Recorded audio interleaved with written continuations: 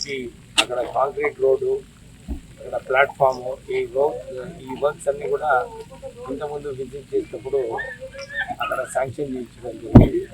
ఒక సోలార్ బోర్వెల్కి ఒక solar motor కూడా అక్కడ శాంక్షన్ చేసి ఆ పనులు కూడా ఇక్కడ వేలాలలో ఇక్కడ కూడా ప్రజలకు స్నానం చేయడానికి ఇక్కడ సౌకర్యాలు, ఇంకా బాతింగ్ ఘాట్ కోసం ఒక టెంట్, ఇవన్నీ కూడా ఆల్రెడీ ఆ రోజు కలెక్టర్ గారు వచ్చినప్పుడు ఆ పర్సన్ ఇన్ఛార్జ్ ఇక్కడ విద్యాసాగర్ గారు వీళ్ళందరూ కూడా ఆ రోజు 26 తారీఖు నాడు ప్రజలు భక్తులు ఎవరైతే వస్తారో పూజ చేసుకోవడానికి వీళ్ళందరికీ ఇబ్బంది లేకుండా చేయాలని చెప్పి నిర్ణయాలు తీసుకోవడం జరిగింది.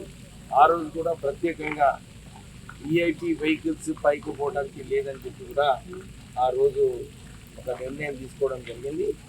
దేవస్థానం నుంచి కొన్ని బండ్లు పెడతారు, ఎవరైతే నడవలేకపోతారో కేవలం వారికే స్మాల్ ట్రాన్స్పోర్టేషన్ కోసము ఫెసిలిటీ కల్పిస్తున్నాము.